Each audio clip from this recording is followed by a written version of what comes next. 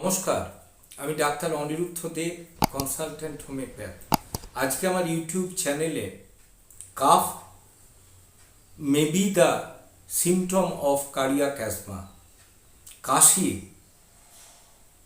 হৃৎপিণ্ডের সমস্যার কারণ হলেও হতে পারে।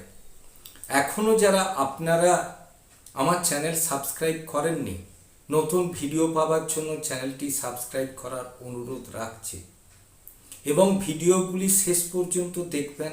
তার কারণ এমন কিছু জিনিস শেষের দিকে বলা হয় যেটা হয়তো আপনার পক্ষে খুবই প্রয়োজনীয়। Cough may be the symptom of cardiac asthma. কাশি কার না হয়? সবাই আমরা জলে ভিজলে বা হঠাৎ গরম থেকে ঠান্ডায় গেলে অথবা বাস জার্নি বা ট্রাম জার্নি করে বাড়িতে এসে ফট করে জল খেয়ে নেওয়া, অথবা কোল্ড ড্রিঙ্কস ফ্রিজ থেকে বের করে খাওয়া, অথবা ঘাম না মেরে চান করা, অথবা খাওয়া দাওয়ার পরে গরমের জন্য মেঝেতে পাখা চালিয়ে শুয়ে পড়া, মাথা না শুকিয়ে আমাদের কাশি হয়েই থাকে। কিন্তু যদি দেখা যায় যে কাশি হচ্ছে কিন্তু কোনো কিছু স্বাভাবিক সাধারণ চিকিৎসাতে কাশি কমছে না, নানা রকম রক্ত পরীক্ষা কাশির জন্য যেগুলো যা প্রয়োজন, যেমন টিসিডিসি, ইএসআর বা সিরাম এলাইজা ইত্যাদি, সেক্ষেত্রে কিন্তু আমাদের একটু চিন্তাধারা বদলাতে হবে।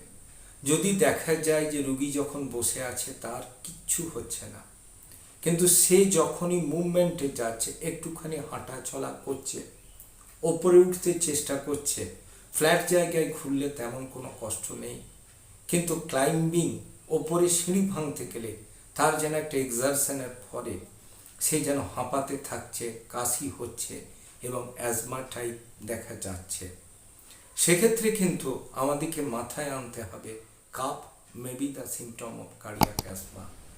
সেক্ষেত্রে আমাদের ইসিজি দেখতে হবে।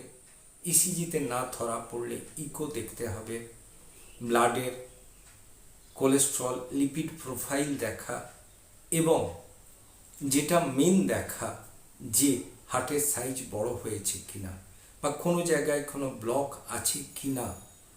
সেক্ষেত্রে দেখা যাবে যে রুগী একটু এক্সারশন, একটু ঘোরাঘুরি, ইমোশনাল, একটু আবেগের উপরে, অথবা কোনো মেন্টাল শক, কোনো আঘাত পেলে মানসিক, সেক্ষেত্রে কিন্তু রুগী যেন একটা অসুস্থতা বোধ করে, তার যেন খুকখুকে কাশি এবং টানের মতো হতে থাকবে, যেটাকে আমরা গোদা বাংলায় অ্যাজমা বলি। সেক্ষেত্রে কিন্তু আপনার স্বাভাবিক কাশির চিকিৎসা করলে কোনো উপকারই পাওয়া যাবে না। আপনাকে cardiac asthma, that means cardiac treatment করলে আপনি সেরে যাবেন। আমাদের কিছু ওষুধ আছে যেগুলোতে কিন্তু এই কাশির ক্ষেত্রে খুব ভালো কাজ করে। যেমন অর্জুন মাদার যদি সকালে নেয় রুগী এবং রাত্রের দিকে প্যাসিফ্লোরা মাদার, পোটেন্সি হিসাবে ডিজিটালিস, ক্যালকেরিয়া আর্স, জেলসিমিয়াম অথবা আর্জেন্টাম নাইট্রিকাম যদি নেয় এবং তার সিমটম সিমিলারিটি দেখে ডাক্তারবাবু ডোজ অ্যাডজাস্ট করে যদি দেন, রুগী অবশ্যই এই সমস্ত সমস্যার থেকে অনেকাংশে রেহাই পাবে।